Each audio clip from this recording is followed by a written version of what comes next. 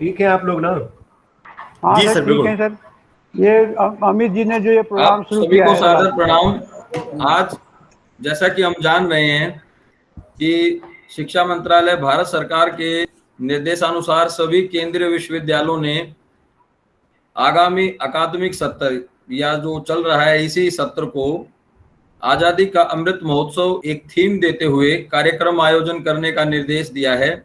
उसी निर्देश के अनुसार दिल्ली विश्वविद्यालय ने भी अपने विभागों और कॉलेजों को, महाविद्यालयों को निर्देशित किया है कि पूरे वर्ष अगले 15 अगस्त तक निरंतर आजादी का अमृत महोत्सव के अंतर्गत कार्यक्रम आयोजित किए जाएं। कॉलेज की तरफ से मुझे इस जिम्मेदारी का निर्वहन करने के लिए निर्देश दिया गया है आचार्य द्वारा। इसका मैं निर्वहन करने की प्रारंभिक स्थिति में हूं और उसी निर्वहन के अंतर्गत आज का यह वेबिनार हमने ये आयोजन रखा है। इसका विषय है हिंदी साहित्य में ध्वनित आजादी का स्वर। और आज के हमारे जो प्रायोजित जो दो मुख्य अतिथि वक्ता हैं, मैंने प्रायोजित इसलिए कहा क्योंकि हमारे बीच में मुकेश गर्ग सर भी हैं, तो इसलिए प्रायोजित में हमारे दो मुख्य अतिथि वक्ता हैं और साथ में हमारे साथ मुकेश गर्ग सर भी हैं, तो उनका भी आशीर्वाद हमें मिलता है। अरे चाहो तो उनको बीच में थोड़ी देर के लिए जोड़ लेना। जी सर। तो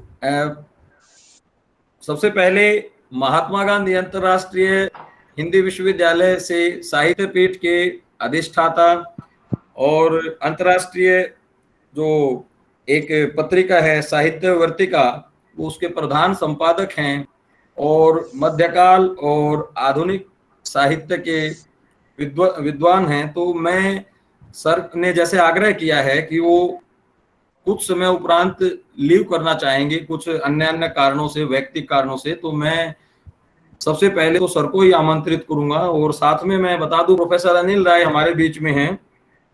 सर का परिचय बहुत संक्षिप्त में रखना चाहूंगा कि हम सब परिचित हैं सर से। सर जो है इस समय हिंदी विभाग में प्रोफेसर होने के साथ साथ अंतर्राष्ट्रीय जो संबंध समाज एवं मानविकी में जो है वो ये इसके डीन हैं और जो विश्वविद्यालय का अतिथि गृह है उसके चेयरपर्सन हैं। इसके अलावा बहुत सारे कॉलेजों की जो शासी निकाय हैं उसके अध्यक्ष, ट्रेजरर और उसके सदस्य हैं। इसके अलावा विश्वविद्यालय के विभिन्न प्रशासनिक पदों का जो कुशल नेतृत्व है उसका भी सर निर्वहन कर रहे हैं। अकादमिक और प्रशासनिक दोनों ही स्तरों पर सर की जो रचनात्मक भागीदारी है वो विश्वविद्यालय में महत्वपूर्ण है। इस कड़ी में हम आप दोनों का दिल से, हृदय से और एनएस टीम की तरफ से, कॉलेज की तरफ से हार्दिक अभिनंदन करते हैं। साथ ही मुकेश गर्ग सर से हमें सुनने का, पढ़ने का और एक रिफ्रेशर कोर्स में मध्यकाल पर जो किया था, जो आनंद मिला था, उसमें रीनू जी भी हमारे साथ हैं, वो भी सहभागी थी। तो वो आनंद जो है सर हम पुनः चाहेंगे कि अगला एक एफडीपी हमारा होने जा रहा है 16 जुलाई से 31 जुलाई, उसमें मध्यकाल पर हम आपको आमंत्रित करने जा रहे हैं और वहां एक आपका व्याख्यान हम फिर से सुनना चाहेंगे। बहुत समय हो गया है, उसको सुने दोबारा से। तो आपका भी सर हार्दिक अभिनंदन कॉलेज की तरफ से। अब मैं औपचारिक रूप से प्राचार्य महोदय से भी आग्रह करूंगा कि वो आज के इस आजादी का अमृत महोत्सव के प्रारंभिक व्याख्यान का विधिवत रूप से हमारे वक्ताओं का स्वागत करते हुए दो शब्द रखें। आचार्य रमेश कुमार, डॉक्टर रमेश कुमार। सर, अभी हमारे एनएसएस के जो संयोजक हैं उन्होंने अपने आज के कार्यक्रम का एक संक्षिप्त परिचय दिया, उसकी पृष्ठभूमि बताई और उतने ही संक्षेप में आज के अतिथियों का भी परिचय दिया।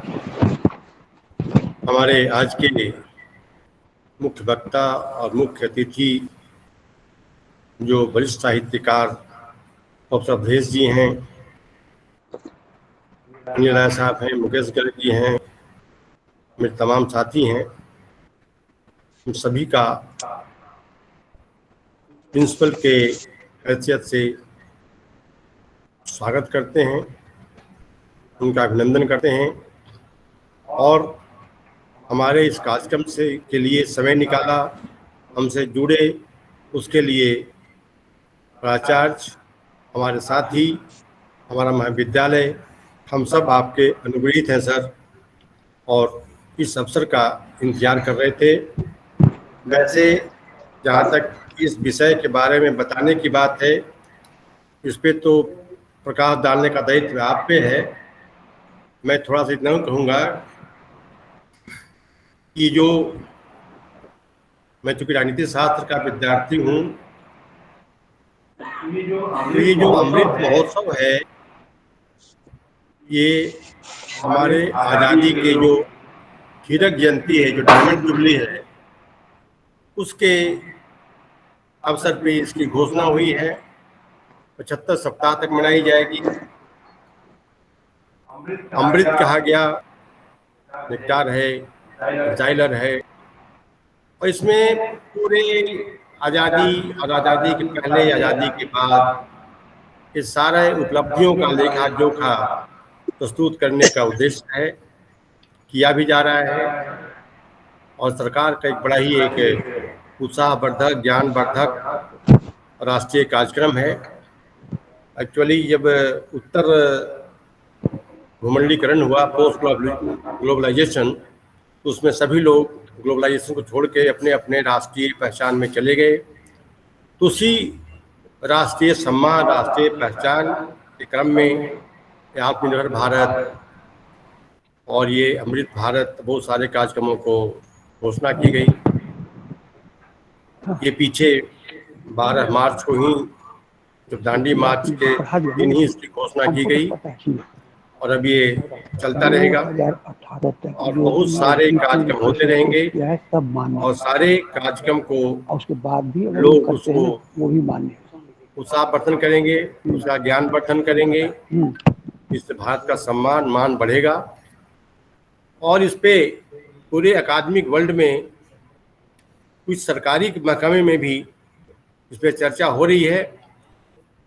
लेकिन हमारा काम, सरकार का काम गुणगान करना है, हमारा काम आईना दिखाना है, उनको मार्गदर्शन करना है, और आने वाले इस कार्यक्रम को कितना सफल बनाया जाए, कितना कारगर होगा, चाहे वो आत्मनिर्भर भारत की बात हो या मेक इन इंडिया की बात हो, ये जो भी सारे अभियान चल रहे हैं, कार्यक्रम चल रहे हैं, उन पे मैं अकादमिक दुनिया से चाहूँगा एक सही, सटीक और सार्थक उद्बोधन हो।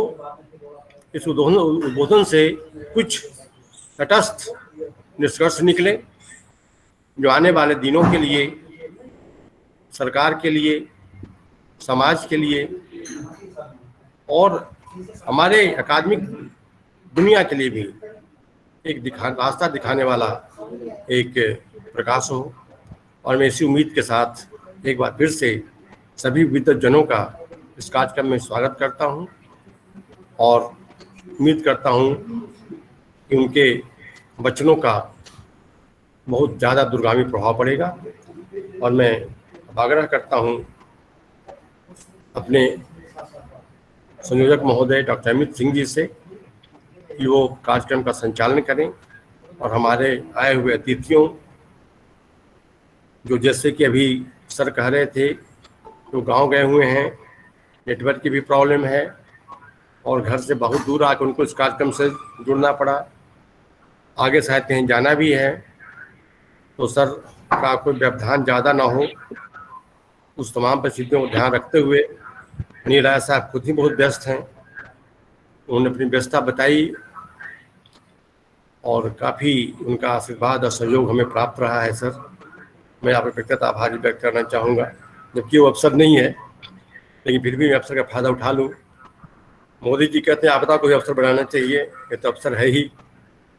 तो मैं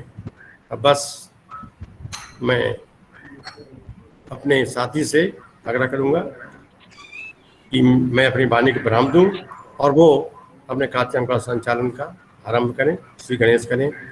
और मुझे इस अवसर पे जुड़ने के लिए, दो शब्द शेयर करने के लिए अवसर मिला।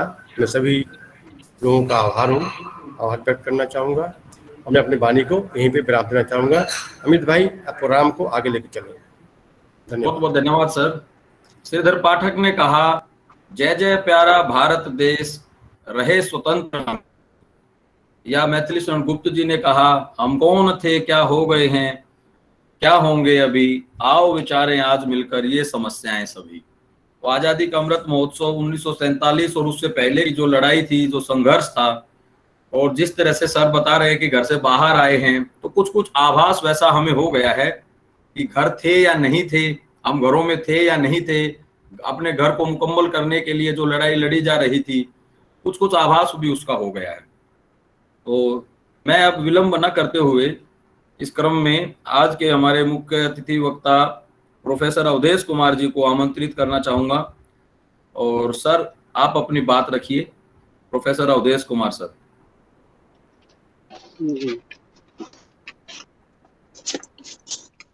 दिल्ली विश्वविद्यालय के श्यामलाल महाविद्यालय सांध के इस कार्यक्रम में, जो कार्यक्रम राष्ट्रीय सेवा योजना और IQAC के संयुक्त तत्वावधान में आयोजित किया जा रहा है, आजादी का अमृत महोत्सव, इसमें उपस्थित हमारे परम सम्माननीय आदरणीय प्रोफेसर अनिल कुमार राय जी, जो अधिष्ठाता हैं दिल्ली विश्वविद्यालय दिल्ली के, और मध्यकाल पर और बल्कि संपूर्ण साहित्य पर बड़ी गहरी पकड़ रखते हैं। मैं उनका बहुत आदर करता हूं और आज इस कार्यक्रम में आप उनके द्वारा दिए गए वक्तव्य को सुनेंगे भी। साथ ही साथ महाविद्यालय के यशस्वी प्राचार्य, जिनके नेतृत्व में, जिनके संरक्षकत्व में यह कार्यक्रम संपन्न हो रहा है, अन्य जितने भी लोग हैं, जिसमें डॉक्टर मुकेश गर्ग की चर्चा की गई, वो भी उपस्थित हैं। और जो लोग इस आयोजन से जुड़े हैं, मैं सबको प्रणाम करता हूं। और इस विषय के लिए डॉक्टर, जो इसके संयोजक हैं, डॉक्टर अमित कुमार जी को विशेष रूप से बधाई देता हूं, क्योंकि इन्होंने जो विषय चुना है वह न सिर्फ समसामयिक है बल्कि बहुत प्रासंगिक भी है और बहुत बृहद योजना का है। ये सप्ताह भर भी चल सकता है, 15 दिन भी चल सकता है, क्योंकि हिंदी साहित्य में ध्वनित आजादी का स्वर, मैं तो अपने को सिर्फ कविता तक ही सीमित रखूंगा और उसमें भी शायद पूरी बातें हो पाए ना हो पाए, क्योंकि आप जानते हैं कि अगर सिर्फ हिंदी साहित्य की ही चर्चा करें तो आधुनिक काल 1825 से लेकर और 1947 तक या 1840 से मानते हैं तब भी, तो से लगभग 100 वर्ष के साहित्य में क्या कविताएं लिखी गई, किस रूप में लिखी गई, और अगर आप ध्यान दें तो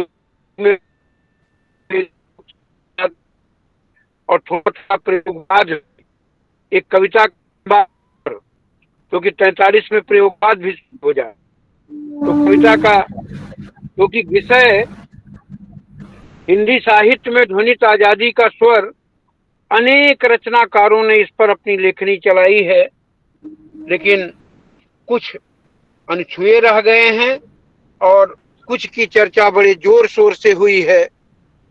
मैं प्रयास करूंगा कि जिनकी चर्चा हुई है उनकी पुनः चर्चा हो और जिनकी चर्चा नहीं हो पाई है उनकी भी थोड़ी चर्चा हो।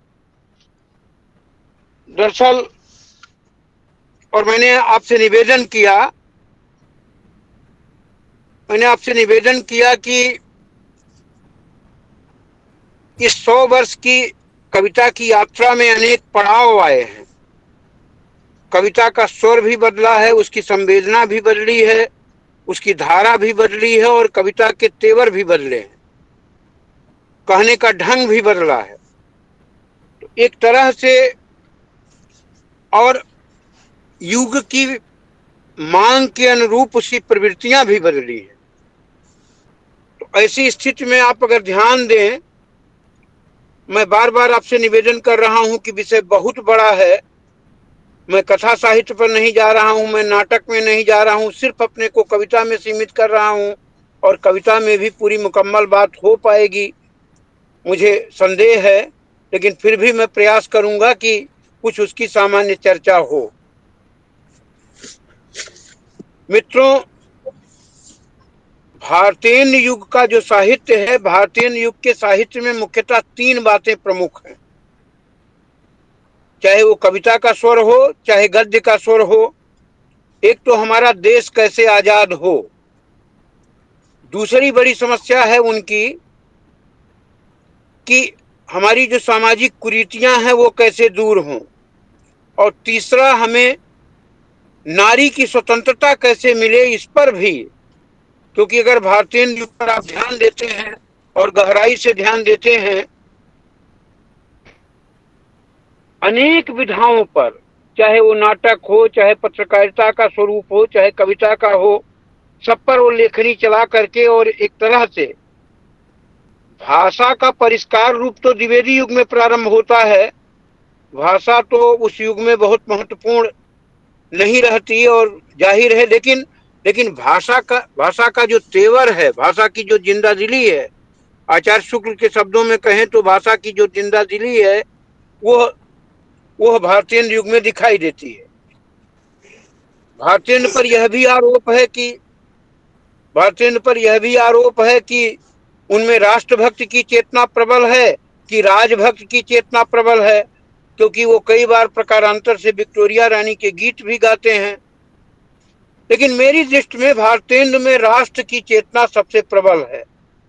और 1885 में उनका स्वर्गवास हो जाता। 1850 में पैदा होते हैं, 85 में स्वर्गवास होता है, और 85 में ही बलिया के कि भारत वर्षोन्नति कैसे हो सकती है, उस निबंध को तो जरूर बार बार पढ़ना चाहिए। आजादी के स्वर पर अगर हमें बात करनी है तो निबंध कई सूत्र दे जाता है। आप अंधेर नगरी पर भी अगर बहुत बारीकी से ध्यान दें तो प्रत्यक्ष तो नहीं, लेकिन अप्रत्यक्ष बहुत सारे सूत्र दे जाता है, और वो सूत्र बड़े काम की चीज है। कितने रूप हो सकते हैं, जिसे प्रेमचंद ने और माजा और उसको थोड़े और निखरे हुए रूप में आया, लेकिन उसका संकेत सूत्र भारतीय में दिखाई देता है। एक तरह से आजादी के पूर्व के सारे रचनाकार किसी भी विधा में लिख रहे थे, सबकी चेतना में कहीं न कहीं उस आजादी का स्वर, हमारा देश कैसे स्वतंत्र हो, यह भाव एक प्रमुखता का भाव है, चाहे वो प्रत्यक्ष चाहे बहाने से। प्रत्यक्ष है तो वह स्वर थोड़ा उसका बदला हुआ है, लेकिन अगर अप्रत्यक्ष है तब भी कई बार मिथकों के माध्यम से, कई बार आख्यानों के माध्यम से, कई बार प्रकारांतर से वो चीजें कहीं न कहीं दिखाई देती हैं। भारतेंदु, आप जानते हैं कि भारतेंदु सब माने प्रायः सभी इस बात को जानते हैं कि भारतेंदु कविता तो ब्रज भाषा में लिखते हैं, लेकिन गद्य वो खड़ी बोली में लिखते हैं।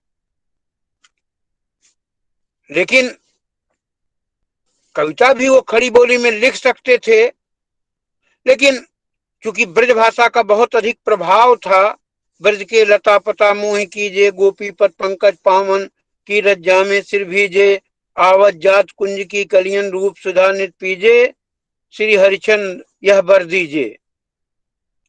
तो इस प्रकार से कविता का वहां ब्रज भाषा में वो कविताएं दिखाई देती हैं, लेकिन ब्रज भाषा का वह तेवर रूप में वहां भी कहीं कहीं वो आजादी और इतनी मुकरियां पहेलियों के माध्यम से,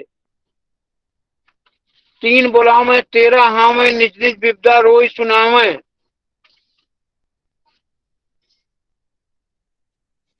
क्यों सख साजन नहीं ग्रेजुएट, ऐसे अनेक रूप उनकी कविता में दिखाई देते हैं। भारतेंदु की एक बड़ी चर्चित कविता है भारत दुर्दशा। रोवहु सब मिली अय आवहु भारत भाई, हा हा भारत दुर्दशा न देखी जाई। सबसे पहले जे ईश्वर धन बल दीनो, सबके पहले जे सभ्यता विधाता कीनो, सबके पहले जो रूप रंग रस भीनो, सबके पहले विद्या फल निज गति लीनो। अब सबके पीछे सोई परत लखाई, हा हा भारत दुर्दशा न देखी जाई। भारत की दुर्दशा उनसे देखी नहीं जाती। हमारा देश कैसे स्वतंत्र हो, ये इस बात की चिंता उन्हें भीतर तक सताती है। और अंत में वो इसी कविता में कहते हैं, अंग्रेज राज सुख साज सदे सब भारी, पै धन विदेश चली जात इहें अति ख्वारी, ताहू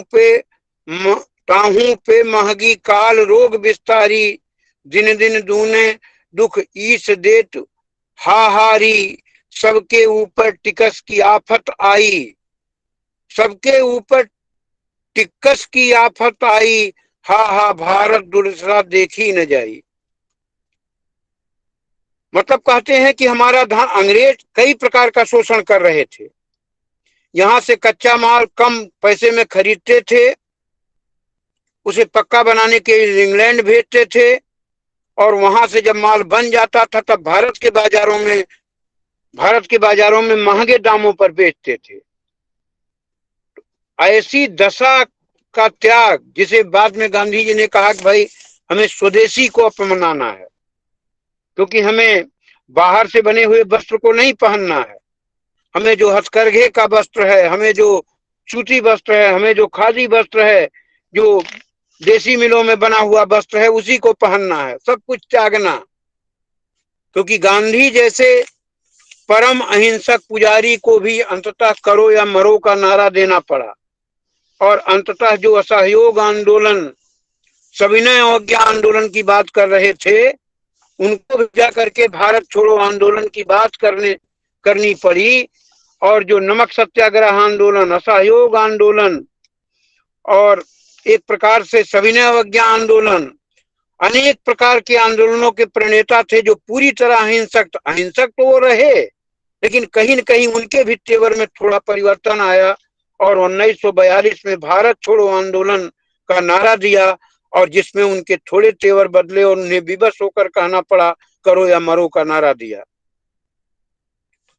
तो पूरी की पूरी आजादी में भारतीय युग के जितने लेखक हैं, चाहे वो बद्रीनारायण चौधरी प्रेमघन हैं, चाहे वो बालकृष्ण भट्ट हैं, चाहे वो प्रताप नारायण मिश्र हैं, सभी व्यंग के माध्यम से, कवियों के माध्यम, मस्खरी रूप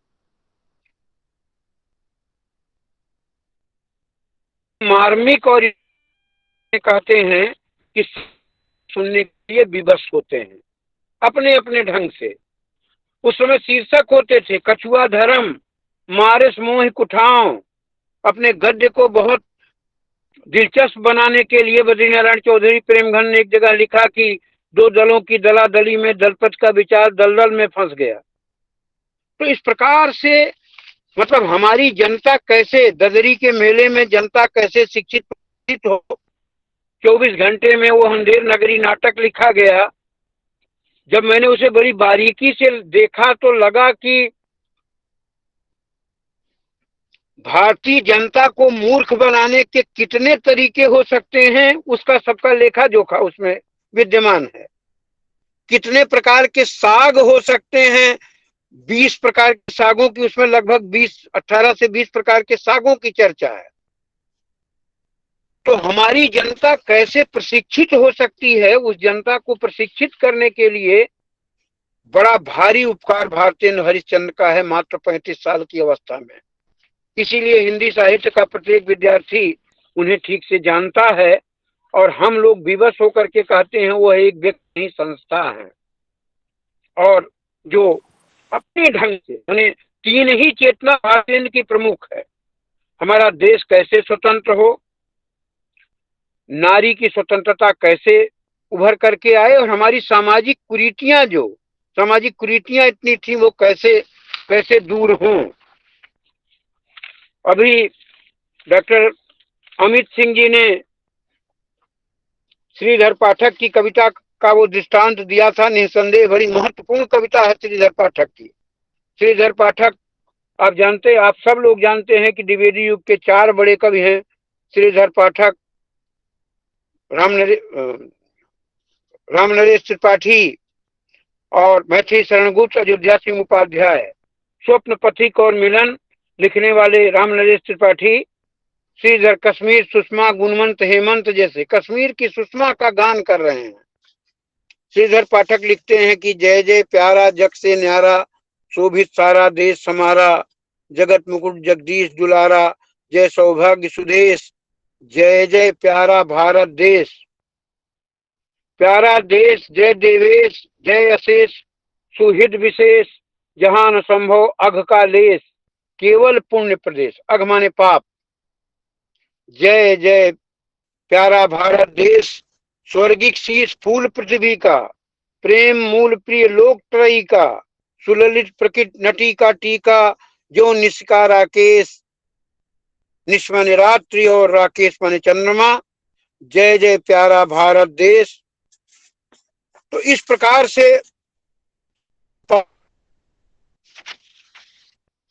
हरियोध की एक बड़ी चर्चित कविता है।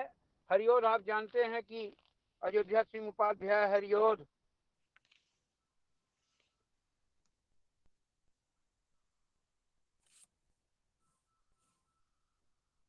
हरियोध की एक बड़ी महत्वपूर्ण कविता है। द्विवेदी युग के महत्वपूर्ण कवि हैं कर्मवीर, क्योंकि वीर ही इस वसुंधरा का भोग करेगा। इस वीरों में उत्साह पाने के लिए देख कर जो विघ्न बाधाओं भाग पर कर जो काम कितना ही करो, वीर ने भी जो चल है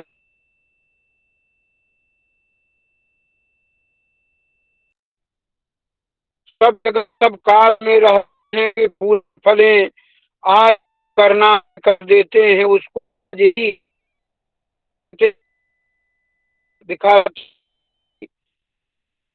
कि सबकी ही कही तो इस जगत में आप ही भूल कर वे दूसरे का मुंह कभी तकते नहीं। कौन नाम है वे जो भी यूं बिताते काम बनाते हैं नहीं हुए दिन कर कभी नहीं। देखिए मनुष्य की सबसे बड़ी विडंबना है कि वो कर्म से विमुख हो रहा है। आज व्यक्ति के पास सोचने को बहुत है, करने को बहुत कम है। आज से 20 वर्ष पहले व्यक्ति को करने के लिए बहुत कुछ था और सोचने के लिए बहुत कम था। वो सोचता कम था, करता बहुत था, इसलिए स्वस्थ था। आज के समय में श्रम से लोग शर्म कर रहे हैं और वही हमारी चिंता का एक बड़ा मूल कारण है, जिसको बहुत अच्छे कवि अयोध्या सिंह उपाध्याय ने अपनी एक बड़ी लंबी कविता है ये, मैं पूरी कविता की चर्चा नहीं करूंगा। उसी क्रम में एक और बड़े महत्वपूर्ण कवि हैं जिनकी चर्चा दूसरे रूप में आती है, साहित्यिक के रूप में कम आती है, सत्यदेव परिव्राजक। बहुत महत्वपूर्ण कवि हैं सत्यदेव परिव्राजक, महत्वपूर्ण कवि हैं। उनकी एक बड़ी चर्चित कविता है मातृभूमि वंदना, जिसमें वो कहते हैं मातृभूमि तेरे चरणों में सिर नवाऊं, मैं भक्ति भेंट अपनी तेरे चरण में लाऊं। माथे पे तू हो चंदन, छाती पे तू हो माला, जिह्वा में गीत तू हो मेरा, मैं तेरा नाम गाऊं जिससे सपूत उपजे। श्री राम कृष्ण जैसे उस तेरी धूल को मैं निज शीश पे चढ़ाऊं। मतलब जहां राम और कृष्ण जिस धरती पर पैदा होते हैं, जिसे आगे चल करके मैथिली शरणगुप्त जयशंकर प्रसाद ने बहुत अच्छे ढंग से उसको उसकी व्याख्या की है। उसका संकेत जो है इसकी कविताओं में दिखाई देता है। उसी समय गया प्रसाद शुक्ल स्नेही भी एक महत्वपूर्ण रचनाकार आते हैं। गया प्रसाद शुक्ल स्नेही ये भी द्विवेदी युग के ही महत्वपूर्ण कवियों में आते हैं और बड़ी महत्वपूर्ण कविता वो लिखते हैं। हम स्वदेश के प्राण, मतलब हम उस जिस धरती का हमने अन्न जल खाया है उसके हम प्राण हैं। उसे कैसे हमें स्वतंत्र करना है, हमें उस पर कैसे न्यौछावर हो जाना है, उसका संकेत करते हुए वो कहते हैं, प्रिय स्वदेश है प्राण हमारा, हम स्वदेश के प्राण, आंखों में प्रतिपल रहता है, हृदय में अविचल रहता है।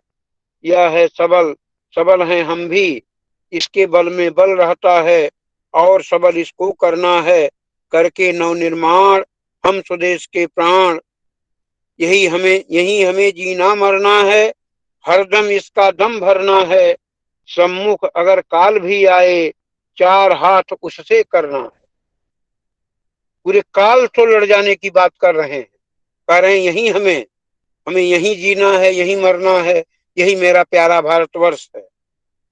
यही हमें जीना मरना है, हरदम इसका दम भरना है, सम्मुख अगर काल भी आए, चार हाथ उससे करना है, इसकी रक्षा धर्म हमारा।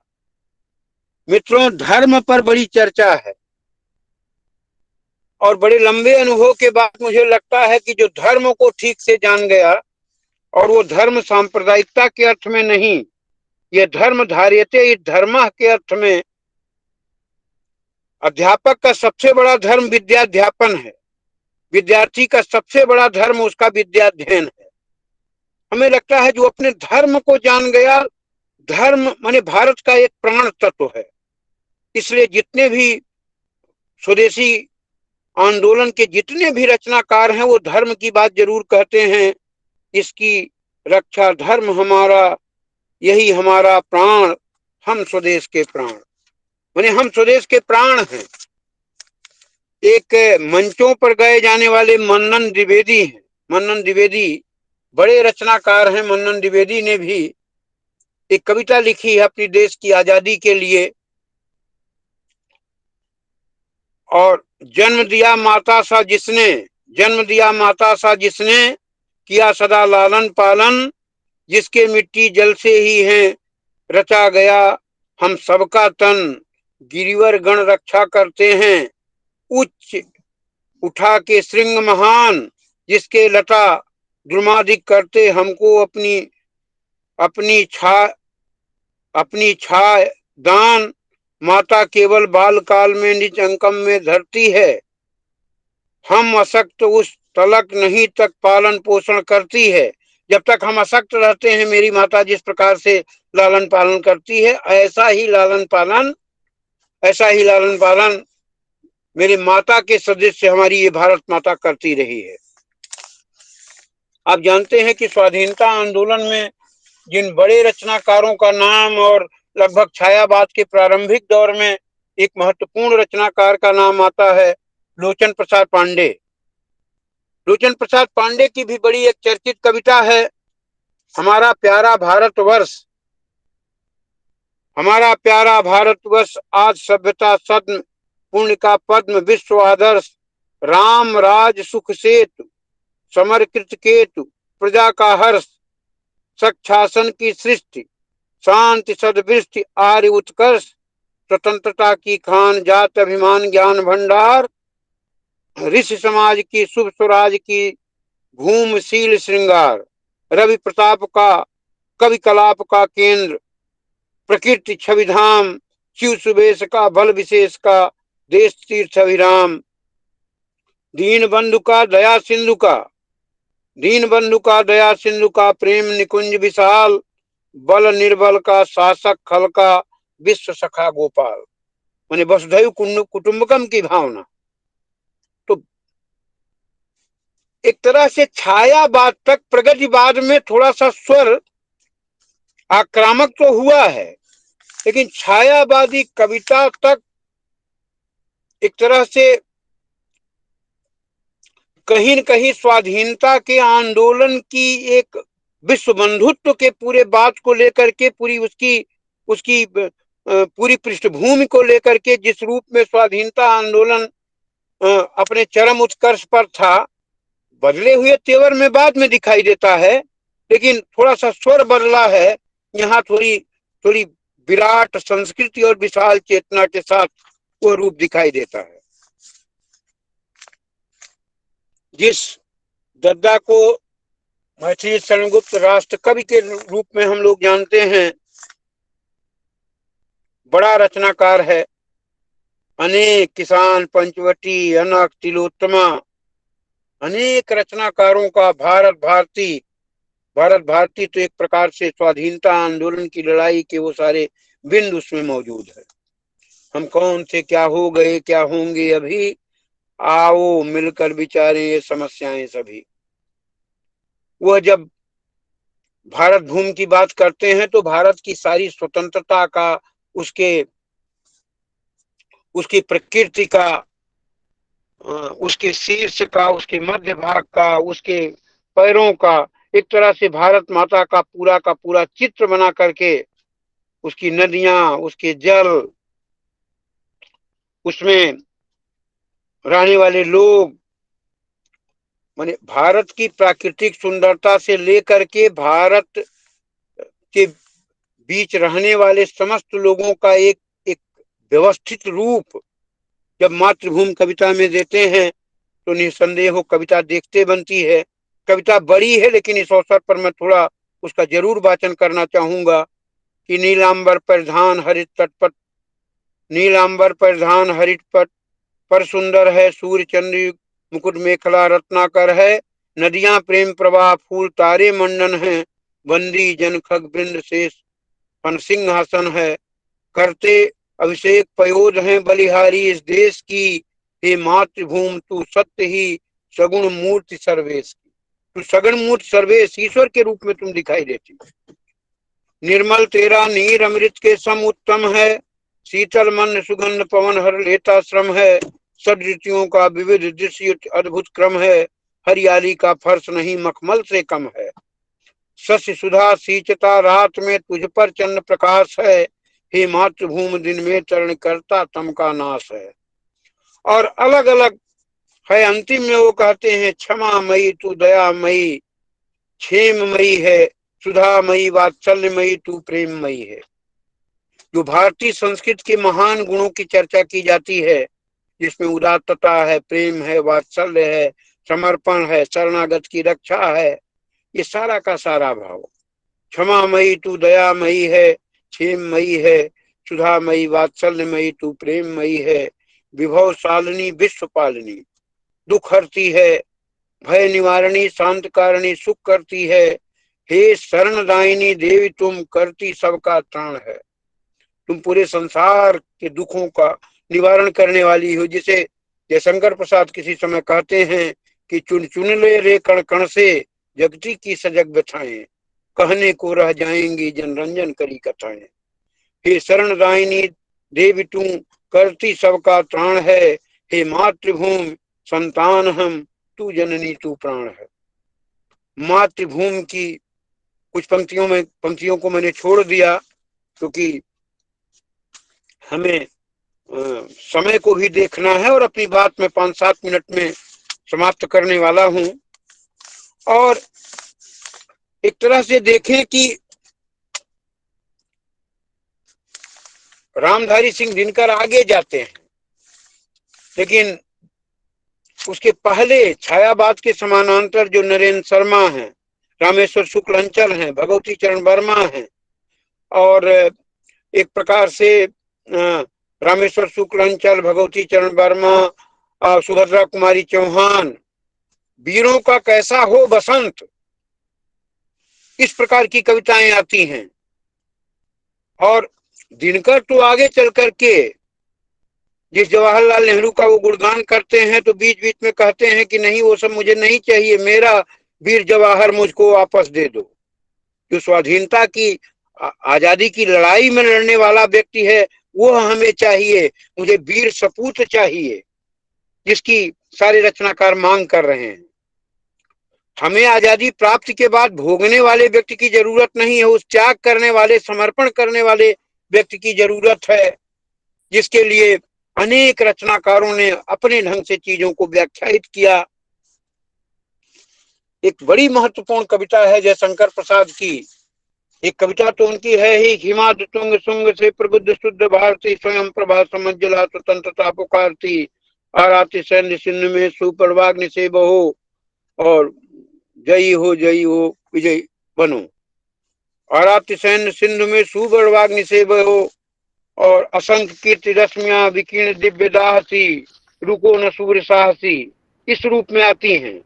वही रचनाकार जब भारतवर्ष की, पूरे भारतवर्ष की एक व्यंजना करता हुआ जब रचनाकार लिखता है, हिमालय के आंगन में उसे परम प्रथम किरणों का दे उपहार, उसका नेह से नंदन किया और पहनाया हीरक हार, जगे हम लगे जगाने विश्व लोक में फैला फिर आलोक, क्यों तम पुंज हुआ तब नष्ट अखिल संस्कृत हो उठी अशोक, विमल बाणी ने बीड़ा ली, कमल कोमल कर में सप्रीत, सप्त स्वर सप्त सिंधु में उठे, छिड़ा तब मधुर शाम संगीत, बचाकर बीज रूप में सृष्टि नाव पर झेल प्रलय आशीत, अरुण के तन लेकर निजात, वरुण पथ में हम बड़े अभी बिना डर के बढ़ रहे हैं। सुना है दधीच का वह त्याग, हमारी जातीयता विकास, पुरंदर ने पग से लिखा अस्त युग का मेरे इतिहास, सिंधु सा हृदय और अथाह एक निर्वासित का उत्साह, दे रही अभी दिखाई मग्न भग्न मग्न रत्नाकर में वह राह, हमने किसी का छीना नहीं, जो सिद्धांत था हमना जियो और जीने दो, हम किसी का नुकसान नहीं करेंगे। हमारे देश के यशस्वी प्रधानमंत्री मोदी जी कहते हैं कि हम किसी का बुरा नहीं करेंगे, लेकिन कोई मेरा अगर बुरा करना चाहेगा तो उसे भी जीवित नहीं रख के उसकी आंखें भी निकाल लेंगे। तो एक प्रकार से मतलब हम शांतिमय हैं, हम शांतिमय रहेंगे, लेकिन ये हमारी भारतीय संस्कृति का आदर्श रहा है कि हम शांतिमय ढंग से रहेंगे।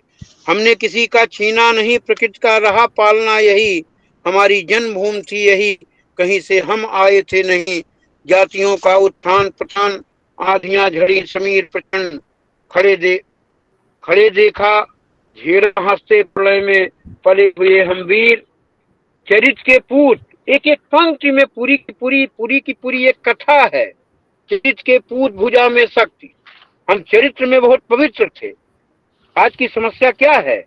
आज की समस्या यही है जो मैथिली शरण गुप्त कह रहे हैं, हमारे आज के चरित्र में पूत नहीं है, लेकिन वो कह रहे हैं कि चरित्र के पूत भुजा में शक्ति, नम्रता रही सदा संपन्न, हम विनम्र बने रहे क्योंकि शक्तिशाली।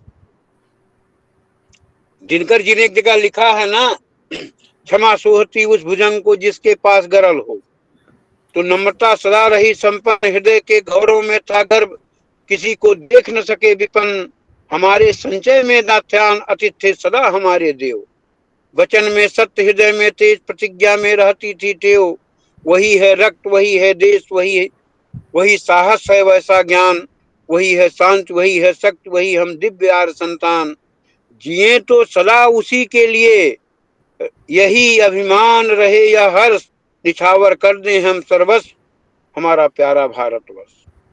हम उस प्यारे भारतवर्ष पर अपना सब कुछ लुटा दें, सब कुछ प्राण प्रण से समर्पित कर दें, तो यही हमारा आदर्श है और यही हमारा ध्येय है, यही हमारा कर्तव्य है। मित्रों, अनेक कविताएं हैं, अवसर अनेक होंगे, लेकिन हमें समय की सीमा को भी पहचानना है, इसलिए मैं अब आगे नहीं बढ़ रहा हूं। थोड़े साहित्य के उस मुद्दों की थोड़ी चर्चा कर रहा हूं कि कैसे कविता का स्वर बदला। आप देखें कि मैथिली शरण गुप्त ने कहा कि राम तुम्हारा चरित्र स्वयं ही काव्य है, कोई कवि बन जाए सहज संभाव्य है, लेकिन जाते जाते प्रेमचंद के समय, प्रेमचंद 36 का समय आता है, बदल गया। उन्होंने साहित्य के उद्देश्य को परिभाषित करते हुए एक जगह लिखा, साहित्य केवल मनोरंजन और विलासता की वस्तु नहीं है। हमारी कसौटी पर वही साहित्य हमारी कसौटी पर वही साहित्य खरा उतरेगा जिसमें उच्च चिंतन हो, स्वाधीनता का भाव हो, सौंदर्य का सार हो, सृजन की आत्मा हो, जीवन की सच्चाइयों का प्रकाश हो, जो हम में गति, संघर्ष और बेचैनी पैदा करे, क्योंकि अब और ज्यादा सोना मृत्यु का लक्षण है।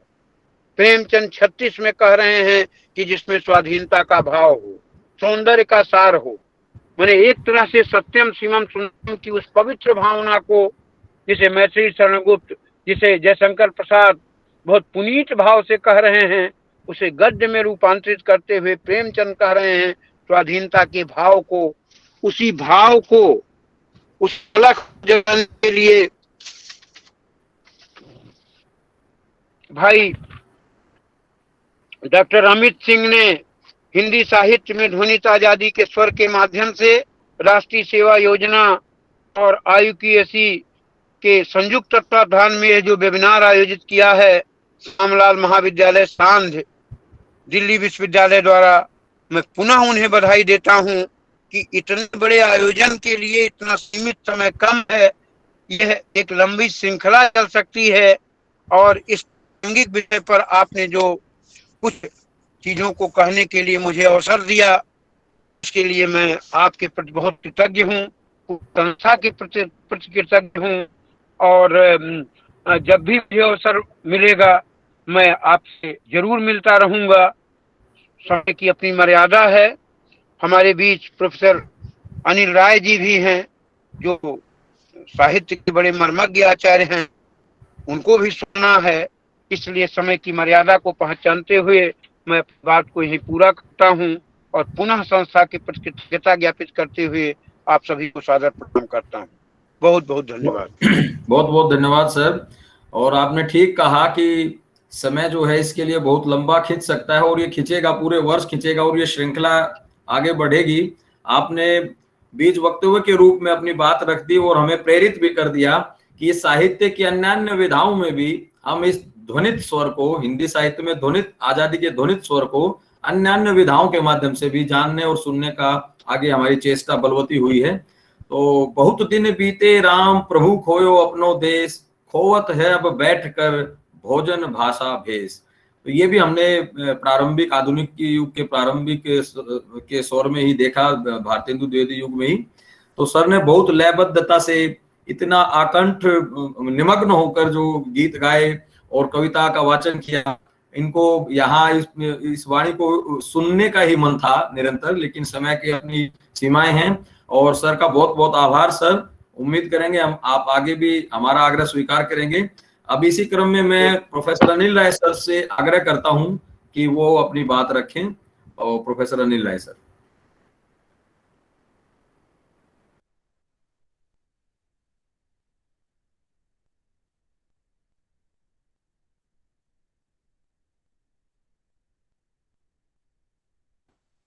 लीव कर दो इसको, मीटिंग को लीव कर दूं? सर म्यूट तो नहीं है, जरा देखिए। अनम्यूट कर दिया है मैंने। अब मेरी आवाज आ रही है ना? हाँ आ रही है सर, अब आ रही है।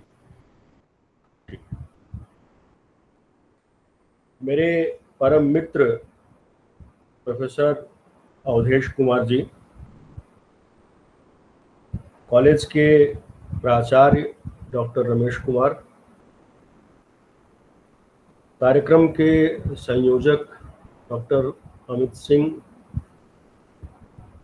मेरे हमनाम और छोटे भाई डॉक्टर अनिल राय, जो इस कॉलेज के हिंदी विभाग के वरिष्ठ सदस्य हैं, और जिसके तत्वावधान में यह वेबिनार आभासी मंच के माध्यम से आयोजित किया गया, तो पूरा संयोजक मंडल, मेरे अग्रज बंधु और हमारे बड़े ही प्रिय पूर्व सहयोगी रीतिकाल के मर्मज्ञ विद्वान डॉक्टर मुकेश गर्ग, और इस आभासी मंच पर विद्यमान विद्वत समाज, मित्रवर अवधेश कुमार जी ने बहुत विस्तार से हिंदी कविता में आज़ादी की जो अनुगूंज है उस पर चर्चा की। मैं क्षमा याचना पूर्वक उल्लेख करना चाहूँगा कि मैं लगातार जब से विषय तय हुआ है अमित जी के माध्यम से, बल्कि अमित जी को विषय भी मैंने ही सुझाया था कि शीर्षक इसका यह रखा जा सकता है। जब उन्होंने विषय की अंतर्वस्तु मुझे बतलाया तो मैंने बतलाया कि इस विषय पर हम लोग बातचीत कर सकते हैं। लेकिन मैं लगातार प्रशासनिक कामों में और विश्वविद्यालय के कामों में इतना व्यस्त रहा हूँ कि ढंग से उलटने पलटने का समय भी मुझे नहीं मिला। आज भी 2 सिलेक्शन कमेटीज थी और एक सिलेक्शन कमेटी अभी लगभग 3:30 बजे ख़त्म हुई है। तो रात में ही जो कुछ थोड़ा बहुत समय मिल पाया वही हम लोगों को समय मिल पाता है थोड़ा बहुत उलटने पलटने का। और मैं कोशिश यही करूँगा कि जो थोड़ा बहुत मैं देख पाया हूँ उसी के माध्यम से मैं अपनी बात आप लोगों के समक्ष पहुंचा सकूं। अवधेश जी ने काफ़ी विस्तार से कविताओं के माध्यम से इस विषय पर चर्चा की और हो सकता है कि मेरा भी उद्देश्य यही था कि कविता के माध्यम से ही जो राष्ट्रीय भावना की अनुगूंज और जो आज़ादी की अनुगूंज हिंदी कविता में या हिंदी साहित्य में जो प्रतिध्वनित होती है उस पर बात कर सकूं। मैं कोशिश करूंगा कि शायद हो सकता है या कि संदर्भ के कारण कुछ गद्य रचनाओं की भी चर्चा हो जाए, लेकिन वो केवल सांदर्भिक स्तर पर होंगे क्योंकि मैंने भी जो सोचा था वो कविता के माध्यम से ही सोचा था। मित्रों, राष्ट्रीयता की भावना और राष्ट्रीयता की अनुगूंज खास करके हिंदी साहित्य में देखा जाए तो अनेक स्वर उसके आदिकालीन साहित्य से ही शुरू हो जाते हैं, किंतु वह जो राष्ट्रीयता थी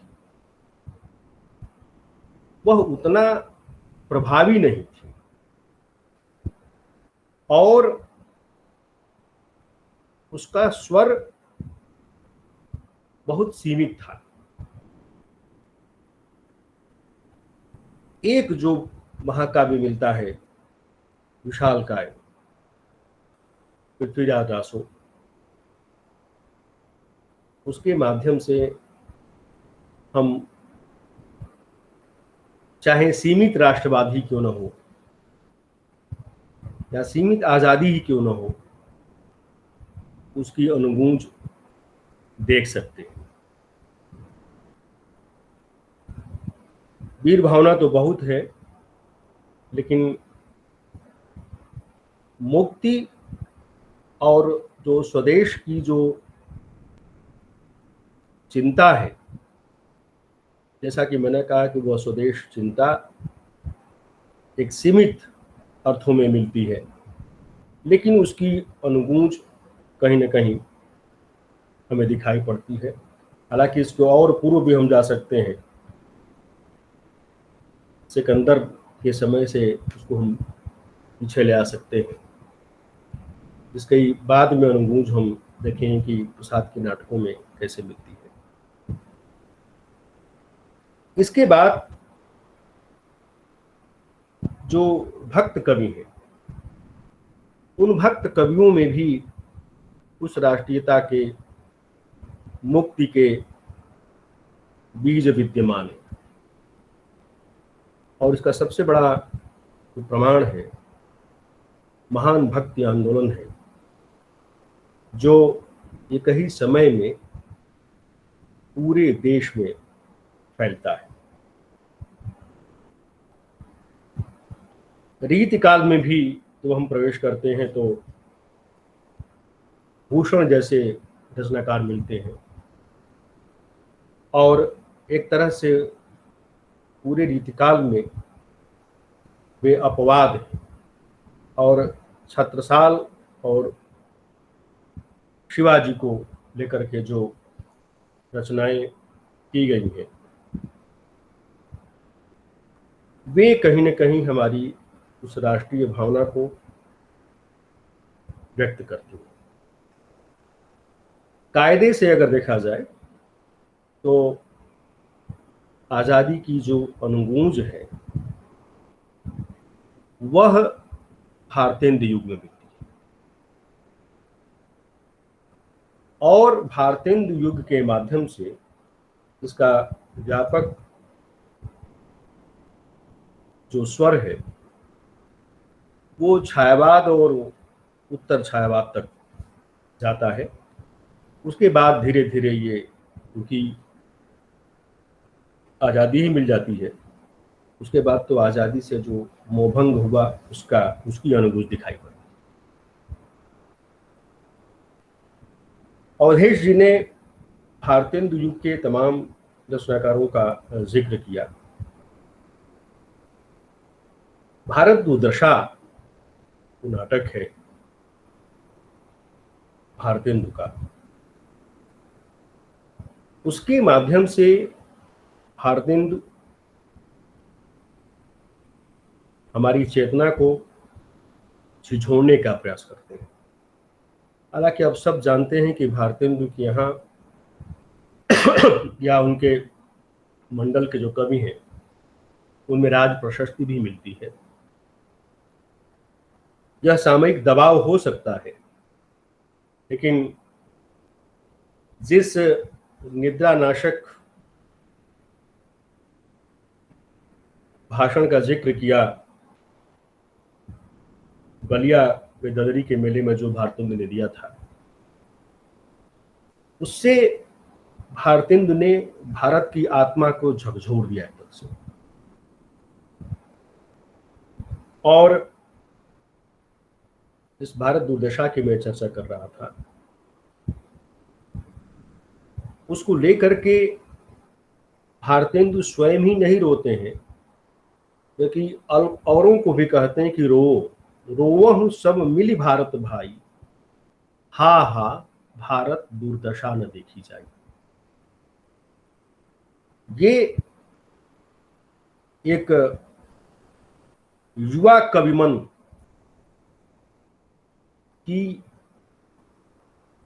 के अंतस की टीस है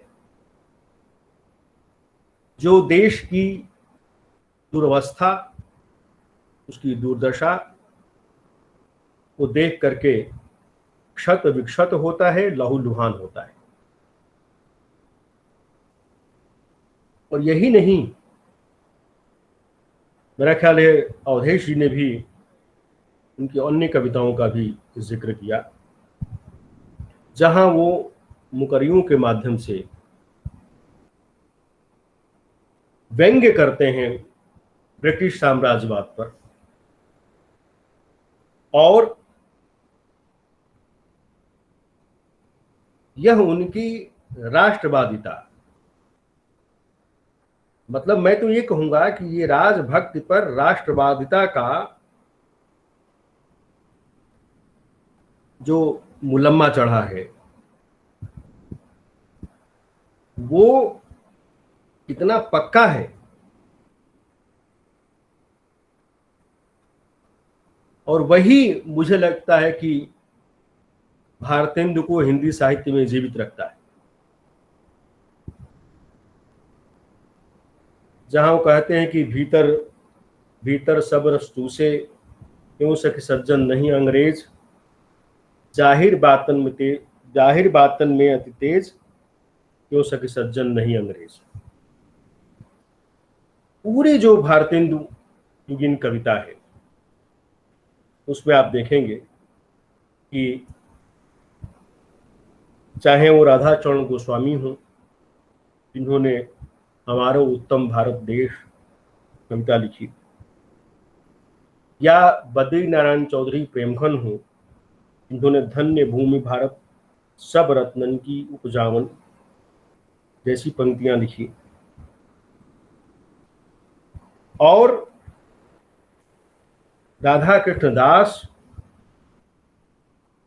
प्रताप नारायण मिश्र इत्यादि जो रचनाकार हैं इस काल के, वे बड़ी आंतरिकता के साथ हिंदुस्तान की जो जनता है उसको जगाने का प्रयास करते हैं। प्रेमघन की बड़ी एक महत्वपूर्ण कविता है हार्दिक हर्षादर्श, जिसमें वे आतताई ईस्ट इंडिया कंपनी के शोषणवादी जो तत्व है, जो शोषण परक नीति है, उस पर प्रहार करते हैं।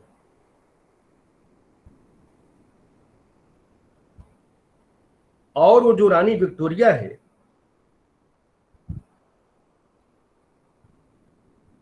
उस पर वो प्रहार करते हैं और कहते हैं कि ये जो प्रजा है,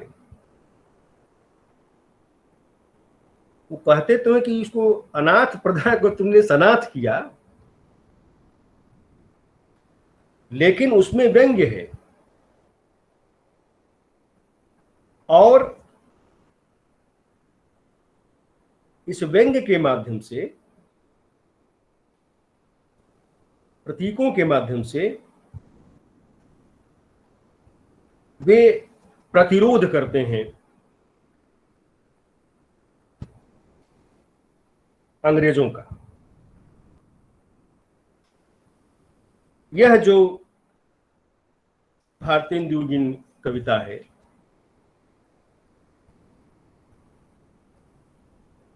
इसमें जो रचनाकार हैं वे अनेक तरीके से, अनेक रूपों में जो ब्रिटिश साम्राज्यवाद है उसका प्रतिरोध करते हैं। सर एक सेकंड के लिए मैं हस्तक्षेप चाहूंगा। जी राय साहब। जी जी सर एक हस्तक्षेप को माफी मांगूंगा, हमारा कोई राउटर ठीक हो रहा है तो मुझे लीव करना पड़ेगा इससे। कोई बात नहीं, आप और कोई राउटर तो है ना कि अभी छोड़ना है इसको? नहीं, मैं थोड़ा राउटर ठीक करने वाला आया है तो इसको डिस्कनेक्ट करना पड़ेगा, मुझे लेफ्ट करना पड़ेगा। नहीं, आपको लेफ्ट करना है कि हमें कार्यक्रम अभी स्थगित करना है? नहीं सर, कार्यक्रम तो कंटिन्यू रहेगा सर। कार्यक्रम तो अच्छा, ठीक है, अरे कोई बात बिना नहीं, व्यवधान से चलता रहेगा। अरे आप प्रशासनिक काम अपना करिए, कोई दिक्कत नहीं है। हाँ सर, नहीं कोई बात नहीं, आपका आदेश लेना पड़ेगा सर, ऐसे नहीं कर नहीं, सकते। अरे आदेश नहीं, आप मित्र हैं, आप कभी भी मुझसे धन्यवाद ले सकते हैं, आप कोई दिक्कत नहीं है। उसको करके और करो।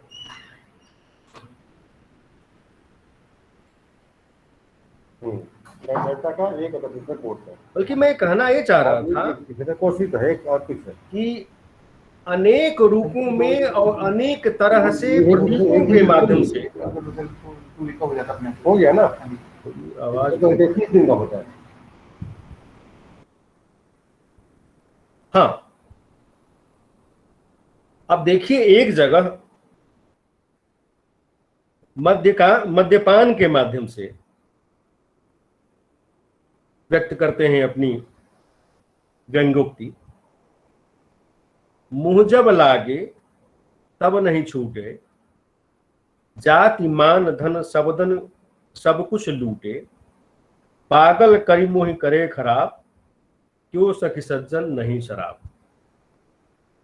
ये खराब और शराब नहीं है, क्योंकि आप जानते हैं कि जब हम गुलाम होते हैं तो पराधीनता से बड़ी कोई खराब चीज नहीं हो सकती। तो इसलिए कवि अपनी बात, अपना प्रतिरोध व्यंग्य के माध्यम से व्यक्त करते हैं। और अनेक रचनाकारों ने इस काल के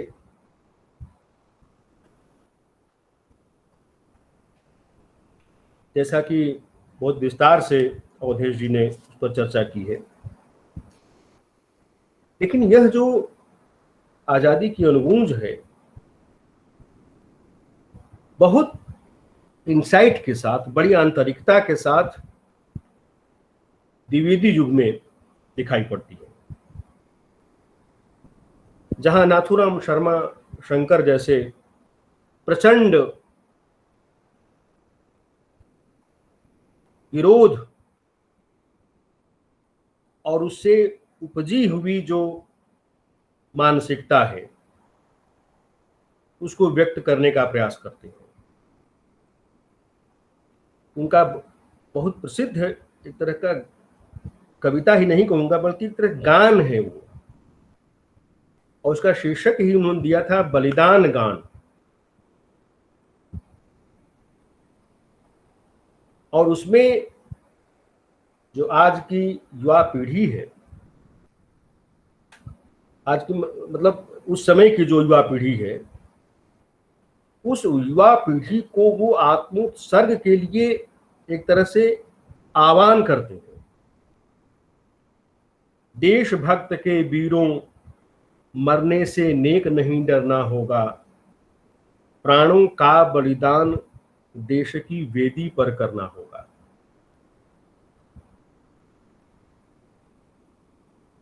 इस तरह की राष्ट्रीयता की जो कविताएं हैं,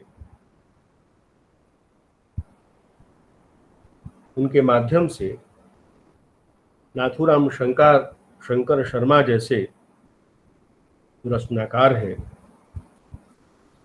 वे किस तरह से राष्ट्रवादी चेतना को उभार रहे थे, इसका साक्षात उदाहरण है इस तरह की कविताएं। अनेक कविताएं इस तरह की मिलेंगी, और मैं समझता हूं कि मैं आगे माखनलाल चतुर्वेदी इत्यादि, सुभद्रा कुमारी चौहान का भी जिक्र करूंगा, महादेवी के कविताओं का भी कुछ संकेत करूंगा कि आरंभिक जो उनकी कविताएं हैं वो उस तरह की छायावादी रंग की कविताएं नहीं।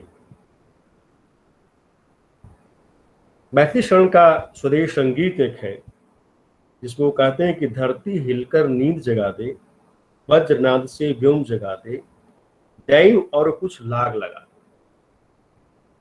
ये कुछ लाग लगाना क्या है? उस जो पराधीन राष्ट्र है, जब हम गुलाम हैं, तो उस गुलामी से मुक्ति की जो आकांक्षा है उसकी लाग लगाने की बात कर रहे हैं मैथिली शरण गुप्त। और मैथिली शरण गुप्त की जो भारत भारती है, आप सब जानते हैं कि एक समय में कितनी वो लोकप्रिय हुई थी, और स्वतंत्रता आंदोलन के दौरान लोगों को लामबंद करने के लिए, उनमें देशभक्ति का जज्बा पैदा करने के लिए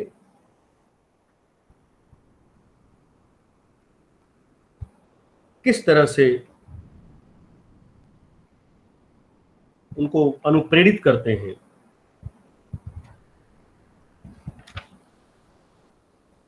मैथिली शरण गुप्त।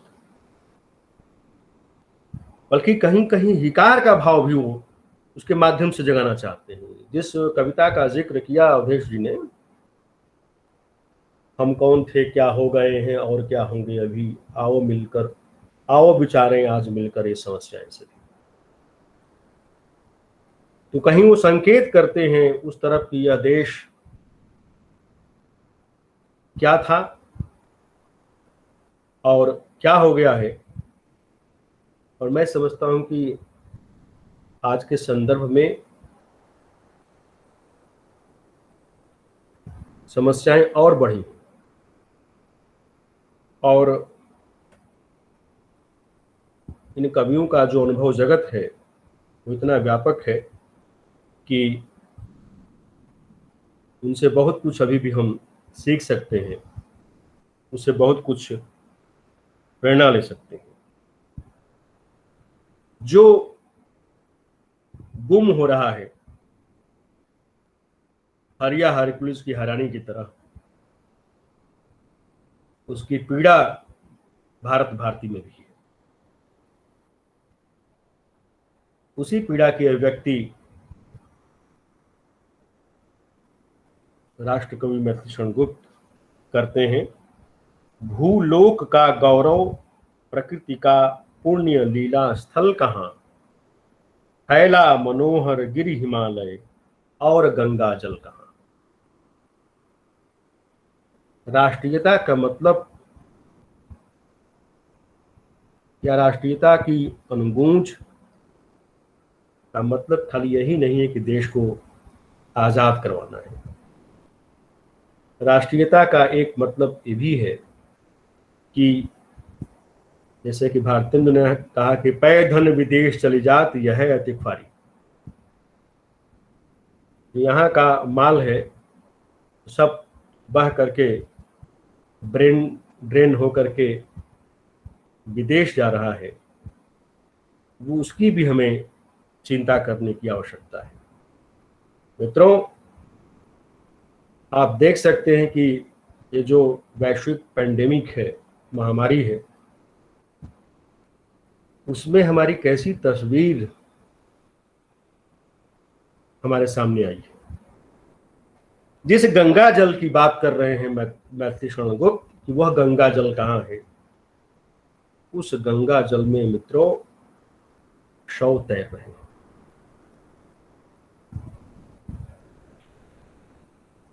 इसकी तरफ भी हमें ध्यान देने की जरूरत है। उन्हीं की अगली पंक्ति है, संपूर्ण देशों से अधिक किस देश का उत्कर्ष है, उसका की जो ऋषिभूमि है वह कौन भारतवर्ष है।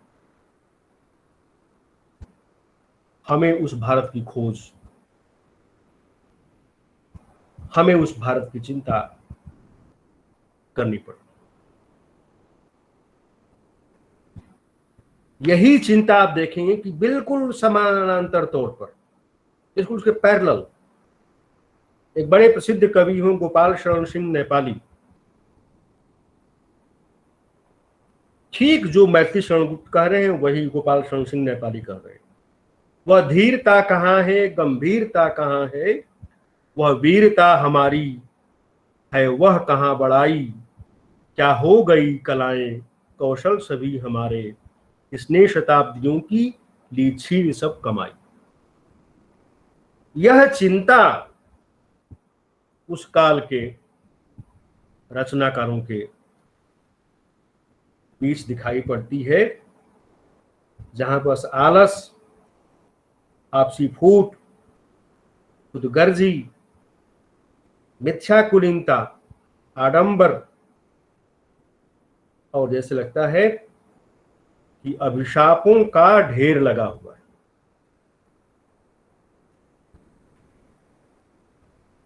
इसी की अभिव्यक्ति राय देवी प्रसाद पूर्ण की एक कविता मिलती है। मैं उस कविता को भी रेखांकित करना चाहूंगा। भारत खंड का हाल जरा देखो है कैसा, आलस का जंजाल जरा देखो है कैसा, जरा फूट की दशा खोलकर आंखें देखो, खुदगर्जी का नशा खोलकर आंखें देखो, है शेखी दौलत की कहीं, बल्कि कहीं गुमान है खानदान का मद कहीं, कहीं नाम का ध्यान। ये कविताएं हॉन्ट करती हैं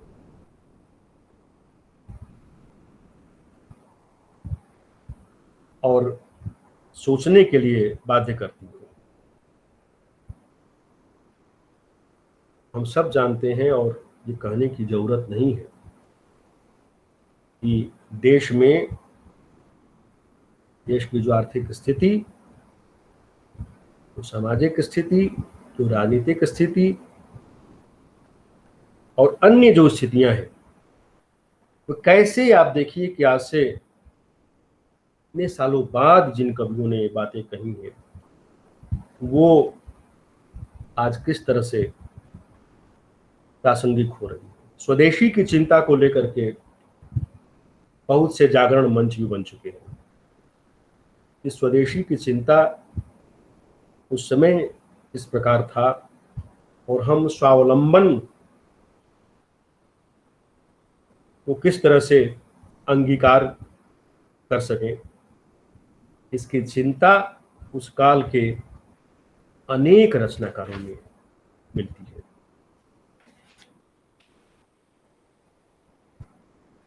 महादेवी वर्मा का मैं अब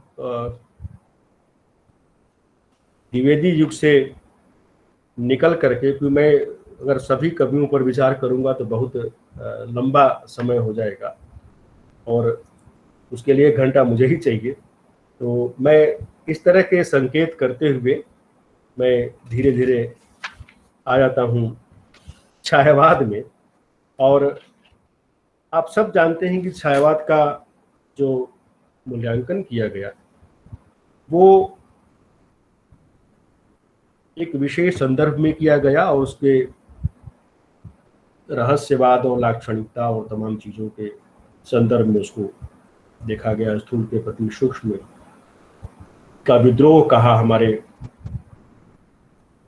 हिंदी विभाग दिल्ली विश्वविद्यालय के संस्थापक आचार्य डॉक्टर नगेंद्र ने। लेकिन केवल स्थूल के प्रति सूक्ष्म का विद्रोह ही नहीं था। उस काल के रचनाकारों में आप देखेंगे तो ठीक है, वह प्रणय भावना, वह कल्पना और प्रकृति और तमाम चीजें हैं, लेकिन ऐसा नहीं है कि आजादी की अनुगूंज वहां नहीं दिखाई पड़ती। बीती विभावरी कविता जो शंकर प्रसाद की जो कविता है उसको लोगों ने प्रकृति की कविता कहा। मैं बिल्कुल नहीं मानता हूं कि केवल प्रकृति की कविता है। वो आजादी की मोह निशा में सोए हुए भारतीयों को जगाने के लिए वो जागरण की कविता है, बीती विभावरी जागरी। इसी तरह से अवधेश जी ने भी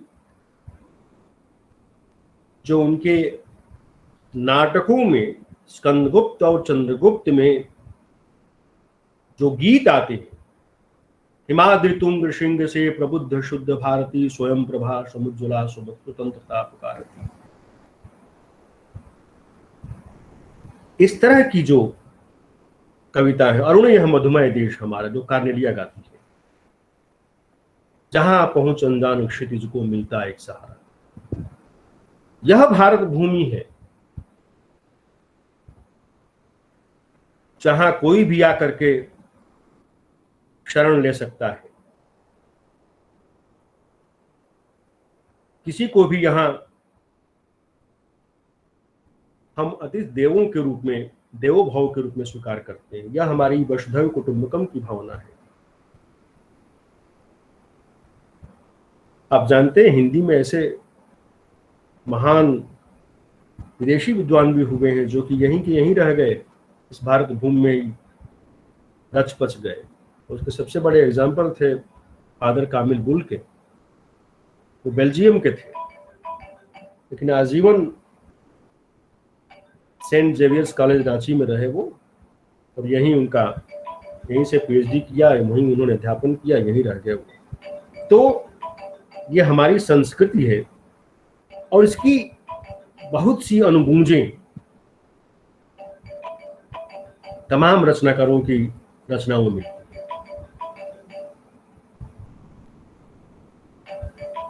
महादेवी की एक आरंभिक कविता है जिसमें वो कहती हैं, अनुरागमयी वरदानमयी भारत जननी भारत माता, सूरज की झाई और किरणों की गूंथी लेकर मालाएं, तेरे पग पूजन को आती सागर लहरों की बालाएं। तू तपोमयी तू सिद्धिमयी भारत जननी भारत माता। इस तरह की कविताएं महादेवी के यहाँ मिलती हैं।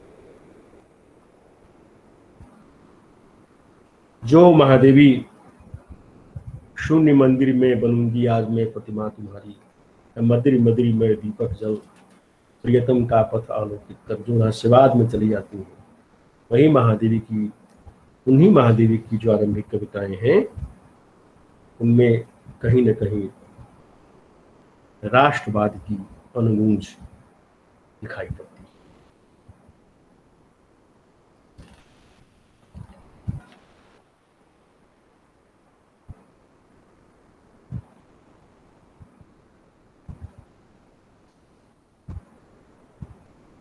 प्रसाद की कविताओं में भी खासकर जो घर की कविताएं हैं उसमें आप देखेंगे कि खास करके दो कविताएं हैं, पेशोला की प्रतिध्वनि और शेर सिंह का शस्त्र समर्पण। उनमें भी वही राष्ट्रीय या राष्ट्रवाद की जातीय चेतना है।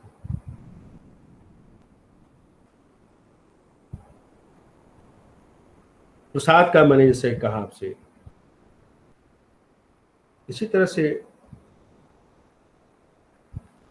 सूर्यकांत त्रिपाठी निराला के भारत जय विजय करे कनक शस्य कमल धरे, गंगा ज्योतिर्जल कण धवल धार हार करे। इसको लोग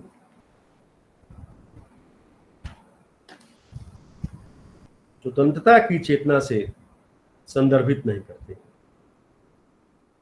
अगर उसे संदर्भित करेंगे तो उसके अनेक आयाम आपको दिखाई पड़ेंगे।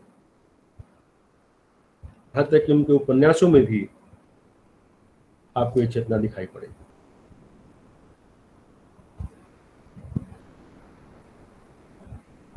और मैं फिर पुनः मैथिली शरणखुद पर जाता हूँ कि उनकी जो कविताएं हैं अद्भुत हैं।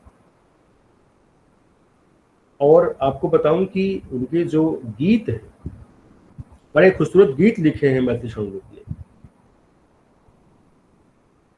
बड़े मार्मिक गीत हैं। खैर उन गीतों की चर्चा कभी किसी और अवसर पर हम करेंगे। लेकिन वो जो कहते हैं कि जिसको न निज गौरव तथा निज देश का अभिमान है, वह नर नहीं वह नर पशु निरा, वह नर नहीं नर पशु निरा और मृतक सवाल है। इससे बड़ी आजादी की अनुगूंज और क्या हो सकती है। माखनलाल चतुर्वेदी, हम सब उनकी प्रसिद्ध कविता पुष्प की अभिलाषा पढ़ते हैं।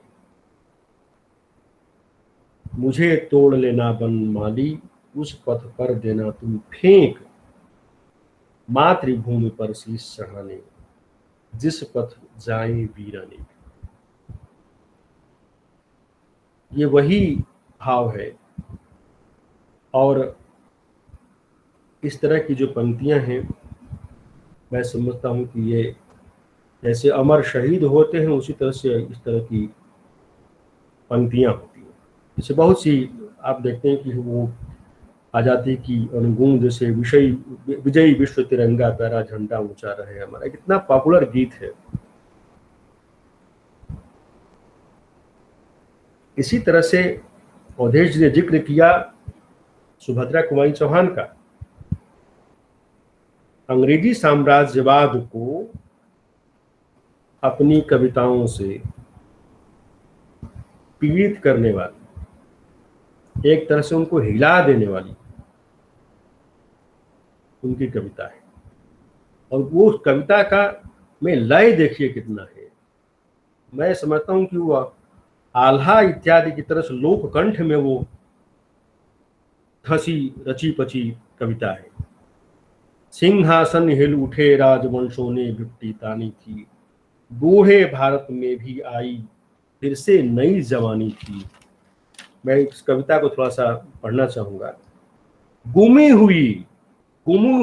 हुई आजादी की कीमत सबने पहचानी थी, दूर फिरंगी को करने की सबने मन में ठानी थी। चमक उठी सन 57 में वह तलवार पुरानी थी, बूंदे ले हर बोलों के मुंह हमने सुनी कहानी थी। खूब लड़ी मर्दानी वह तो झांसी वाली रानी थी। झांसी की रानी ने किस तरह से ब्रिटिश साम्राज्यवाद को शिकस्त दिया, एक भारतीय स्त्री किस तरह से पूरे उस बर्बर शासन से लड़ती है, उसको छकाती है और फिर वो शहीद हो जाती है। इसी तरह से आप देखेंगे कि बहुत से ऐसे रचनाकार हैं, जैसे श्याम नारायण पांडे हैं, जो चेतक और हल्दी घाटी उनकी बड़ी जातीय चेतना की महत्वपूर्ण कविता है। इसी तरह से बालकृष्ण शर्मा नवीन विप्लव गान कविता लिखते हैं, जिसमें कहते हैं कभी कुछ ऐसी तान सुनाओ जिससे उथल पुथल मच जाए। ये जो उथल पुथल मचाने के लिए जो प्रेरणा देते हैं, जो सोया हुआ भारत है वो जगे, उसकी अंतः चेतना में आजादी की अनुगूंज कहीं सुनाई पड़े, उसको जगाने का प्रयास करते हैं। अनेक रचनाकार हैं और वे अपनी गया प्रसाद शुक्ल स्नेही, शिवमंगल सिंह सुमन, नाथूराम शर्मा शंकर, राम नरेश त्रिपाठी, पूरी श्रृंखला है, आप देखेंगे इसमें। अब थोड़ा सा मैं प्रेमचंद जी के रंगभूमि का अगर नाम न लूं तो प्रेमचंद का बहुत बड़ा कंट्रीब्यूशन है और हमें मानना चाहिए कथा साहित्य में जो राष्ट्रीय चेतना है उसको जगाने का बहुत प्रयास प्रेमचंद ने किया है। उनकी बड़ी प्रसिद्ध कहानी है यही मेरी मातृभूमि है। तो लेकिन जो दो उनके नॉवेल्स हैं, दो उनके उपन्यास हैं, रंगभूमि और कर्मभूमि, इन दोनों उपन्यासों के माध्यम से वे किस तरह से आज़ादी की अनुगूंज अपने कथा साहित्य में वो दिखाना चाहते थे, उसके साक्षात उदाहरण है। इसी तरह से उसके कुछ समय पश्चात मैला आंचल आया रेणु का, और मैला आंचल केवल पूर्णिया की कहानी नहीं है, मैला आंचल एक तरह से पूरे देश की कहानी है। ये गन्ही महात्मा जो है केवल बिहार के गन्ही महात्मा नहीं है, वो पूरे देश के गन्ही महात्मा है। और इस तरह से मैं समझता हूं कि बहुत से रचनाकार हैं जिन्होंने अपनी रचनाओं के माध्यम से यहाँ तक कि गिरजा कुमार माथुर जैसे रचनाकार भी बड़ी महत्वपूर्ण कविता लिखते हैं, 15 अगस्त और हम होंगे कामयाब। इस तरह की रचनाओं के माध्यम से आप देखेंगे कि ये तमाम जो रचनाकार हैं, और अंत में मैं कवि प्रदीप जिनकी पंक्तियों को सुन करके कहा जाता है कि नेहरू जी की आंखों में आंसू आ गए थे। आए मेरे वतन के लोगों जरा आंख में भर लो पानी, जो शहीद हुए हैं उनकी जरा याद करो कुर्बानी। तो मित्रों, ये जो हमारा हिंदी साहित्य है ये आज़ादी की अनुगूंज से लबालब भरा हुआ है। जरूरत इस बात की है कि हम उन संदर्भों को ठीक सही परिप्रेक्ष्य में रखें तो उसकी एक बहुत ही मुकम्मल तस्वीर हमारे समक्ष आ सकती है। भाई डॉक्टर अमित सिंह जी ने और पूरे जो आपका IQAC और जो NSS है, विंग है, मैं उसके प्रति हार्दिक आभार व्यक्त करता हूं कि आप लोगों ने मुझे इस मंच के माध्यम से अपनी बात कहने का मौका दिया। व्यस्तता की वजह से थोड़ा सा मैं समय नहीं निकाल पाया, ताकि मैं और अन्यथा और थोड़ा सा बेहतर ढंग से कोशिश करता मैं अपनी बात रखने का। लेकिन इन तमाम सेवाओं के बावजूद मैंने कोशिश की, जो मैं समझ रहा था, जो मैं थोड़ा बहुत देख पाया था, उससे मैं अपनी बात कह सका। आप लोगों ने धैर्य से मुझे सुना, इसके लिए आप सबका हार्दिक आभार। बहुत बहुत धन्यवाद। बहुत बहुत धन्यवाद सर। आपने भी दूसरी कड़ी में हमें सराबोर कर दिया, इस विषय को इस इतना सारगर्भित आपने बना दिया कविता के पाठ के माध्यम से।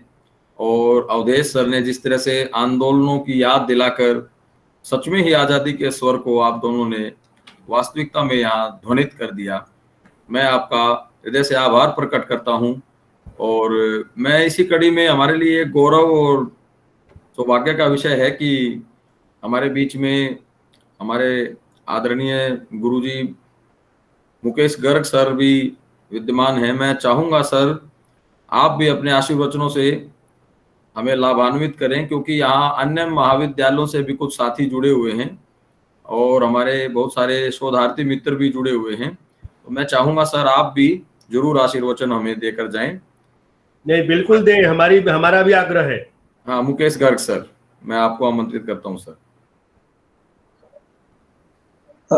अमित जी, आपका इतना आग्रह, और मैं इस आयोजन के लिए आपको बहुत बहुत बधाई देता हूँ।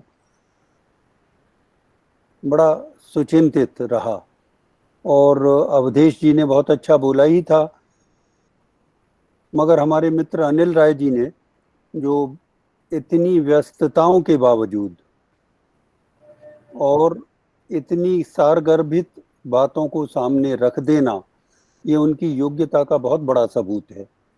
तो मैं बहुत प्रसन्न हूँ इस बात से कि हमारे मित्रवर अपनी योग्यता को किस कदर बढ़ाने में लगे हुए हैं।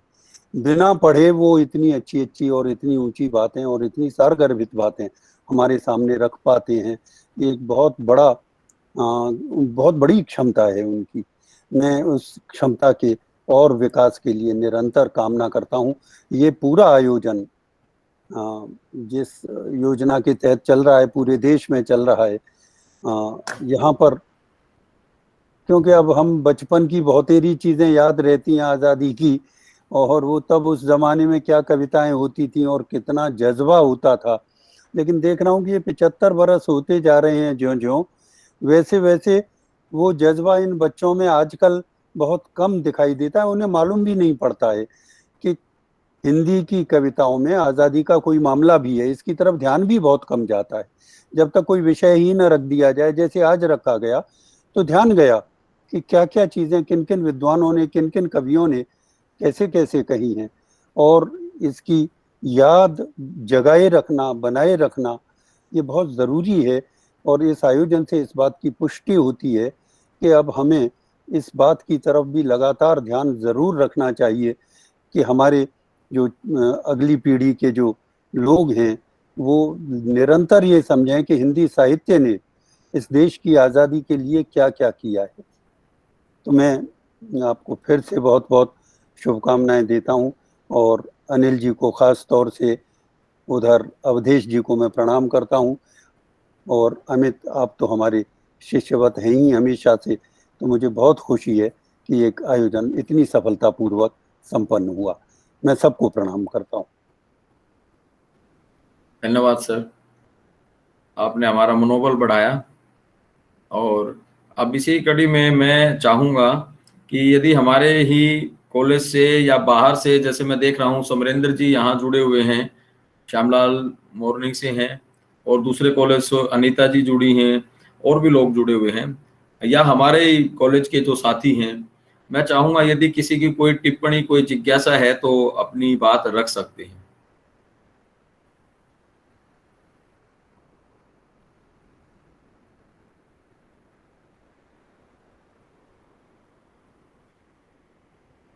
यदि किसी को कोई टिप्पणी, कोई जिज्ञासा है, कोई बात को जोड़कर संदर्भित करना चाहता है, इस ध्वनित स्वर को थोड़ा सा और आगे बढ़ाने के प्रयास में कोई पंक्ति ही कहना चाहता है, तो उसके लिए भी थोड़ा सा अवकाश हमें मिल सकता है हमारे पास। यदि कोई अपनी ही पंक्ति जोड़ना चाहता है तो जोड़ सकता है, क्योंकि जिस तरह से उद्बोधित कर दिया है पूर्व वक्ताओं ने, तो उससे एक ज्वार तो हमारे अंदर आ गया है, और इस ज्वार को निरंतर रखने की प्रेरणा भी हमने, जो अभीप्सित कामना के रूप में, उस प्रेरणा को भी हमने ग्रहण कर लिया है, और हम इसको आगे निरंतर सक्रिय रखेंगे। अब मैं कार्यक्रम की एक संपन्नता की ओर ले जाते हुए हमारे IQAC के कोऑर्डिनेटर डॉक्टर कुमार प्रशांत जी से आग्रह करूंगा कि आज के वक्ताओं और हमारे दूसरे कॉलेजों से जुड़े हुए साथियों एवं शोधार्थी मित्रों सभी के लिए एक औपचारिक रूप से धन्यवाद ज्ञापन के लिए मैं डॉक्टर कुमार प्रशांत जी को आग्रह करता हूं कि वो आए और औपचारिक रूप से धन्यवाद ज्ञापन करें। डॉक्टर कुमार प्रशांत जी। धन्यवाद। सबसे पहले अमित जी कि आपने मुझे मौका दिया लोगों का धन्यवाद ज्ञापन करने के लिए। लेकिन जो आज का कार्यक्रम रहा है आज़ादी के जो उपलक्ष्य पे इस तरह की जो बातें आज हो रही है, उसमें मैं ये जोड़ना चाहूँगा कि जब मैं विद्यालय में पढ़ता था, और जब हम लोग तो चूँकि हिंदी बेल्ट के लोग हैं, हिंदी पढ़ते रहे हैं, हिंदी ही हमारी मातृभाषा है और हिंदी से हमेशा ही जुड़ाव रहा। हमारे पिताजी भी जो थे वो हिंदी के ही शिक्षक थे, और हमेशा इस भावना को, जो भी आज देशभक्ति की भावना, राष्ट्रीयता की भावना या आज़ादी की जो भावना है, वो हिंदी साहित्य से ही हमें मिला।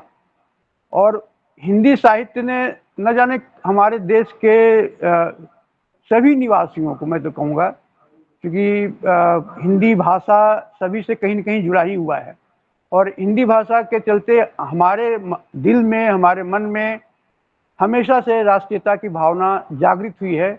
उन्हीं कविताओं को पढ़कर, उन्हीं प्रसंगों को जानकर, और चाहे वो मैथिली शरण गुप्त हों, चाहे दिनकर हों, इन सब के जो रहे हैं कंट्रीब्यूशन, जो आज़ादी की भावना को उन्होंने जागृत किया लोगों में, वही जागृति हिंदी भाषा के द्वारा जो हुआ है, वही आज हमारे मूल में है, मेरे अंतर्निहित है, मेरे अंदर या पूरे देश के अंतर्निहित है।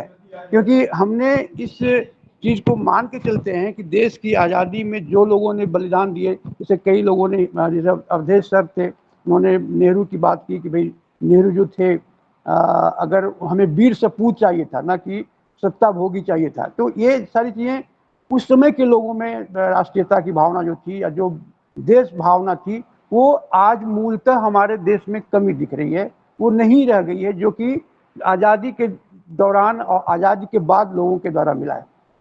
बहुत अच्छा रहा है आज का कार्यक्रम रहा, और हमारे जो वक्ता आए हैं प्रोफेसर अवधेश सर, उनकी जो वाणी थी, उन्होंने जो बातें कही, जिन्होंने कविताओं के द्वारा जो हमें बताया, वो आज फिर से, वो लगता है फिर से देश की जो भावना, देशभक्ति की जो भावना थी, पुनः जागृत हो गई है, पुनः जागृत हो गई है, जो सुसुप्त हुई पड़ी थी, ऐसा लग रहा है। प्रोफेसर अनिल राय सर जो आए, उन्होंने जो हमें बातें बताई, और मुकुल गर्ग सर, प्रोफेसर मुकुल गर्ग से, सभी ने जो बातें रखी है, उससे हमें आज फिर से पुनः मुकेश गर्ग, प्रोफेसर मुकेश गर्ग सर ने जो बातें कही, उन सब से एक तरह से हमें एक प्रेरणा, जो लोगों को आज के टाइम में खत्म होते हैं, क्योंकि आज़ादी की जो भावना है वह सिर्फ किताबों में या हमारे प्रसंगों से ही नहीं मिलता है, हमारे अंदर वो जब तक पिरोया नहीं जाएगा, वो पुनः हमारे देश के लोगों में वह जागृति नहीं आ पाएगी, जो कि बहुत जरूरी है आज के टाइम में देश की भावना को जागृत करना। तो इन सबको धन्यवाद करते हैं सर। अनिल राय सर ने इतने व्यस्त समय में भी हमें ये समय दिया, और अमित जी के आग्रह को उन्होंने स्वीकार किया, और सर को बहुत बहुत धन्यवाद। अवधेश सर को बहुत बहुत धन्यवाद, इतनी व्यस्तता के बाद उन्होंने हमें मौका दिया, हमें सुनने का मौका मिला, ये हमारे लिए बहुत ही सौभाग्य का विषय रहा। हम उन्हें भी धन्यवाद करते हैं। प्रोफेसर मुकेश गर्ग सर को भी हम धन्यवाद करते हैं, और तमाम साथी जो हमारे कुलीग हैं सभी का, अनिल राय हमारे कॉलेज से हैं, रामरूप जी हैं, सारिका जी हैं, वत्सल जी हैं, सभी को बहुत बहुत धन्यवाद। और सबसे ज़्यादा धन्यवाद हमें प्रिंसिपल सर को देना पड़ेगा, क्योंकि उन्हीं के प्रेरणा से और उन्हीं के सहयोग से हम ये सब कार्यक्रम का निर्वहन कर पाते हैं और सफलतापूर्वक कर पाते हैं। इसलिए प्रिंसिपल सर को बहुत बहुत धन्यवाद, सभी को, अमित जी को भी और सभी को बहुत बहुत धन्यवाद। Thank you sir. इजाजत है सर, एक लाइन बोल सकता हूँ? हाँ बोलिए सर, बोलिए। मैं ये आज का जो प्रोग्राम था एक मूलतः अकादमिक था, शैक्षणिक कार्यक्रम था। मैं चाहता हूं कि इस अमृत महोत्सव को ये लैपटॉप और कंप्यूटर और क्लासरूम से बाहर ले जा करके इससे थोड़ा सा फील्ड एक्टिविटी किया जाए, चाहे वो प्रोसेसन की बात हो, चाहे कोई नुक्कड़ नाटक की बात हो, क्योंकि ये बहुत इसकी प्रचार की ज़रूरत है। और ये अभी मुकेश गर्ग जी ने बहुत अच्छी बात कही थी कि ये आज़ादी की बात को कोई ना कोई बहाने में याद किया, मौका मिला याद करने का। इस अमृत महोत्सव को हमें जन जन तक पहुंचाने के लिए छात्रों के माध्यम से, चाहे नुक्कड़ नाटक करना पड़े या सड़क पे थोड़ी बहुत पदयात्रा करनी पड़े या कोई कॉलेज में से राइटिंग का आयोजन करना पड़े या कोई पोस्टर मेकिंग का कार्यक्रम करना पड़े, मैं संयोजक महोदय से आग्रह करूँगा तो अगले जैसे ही सत्र खुलता है और बच्चे का आना जाना शुरू होता है, इस तरह के गतिविधि का भी आयोजन करने की कृपा करें।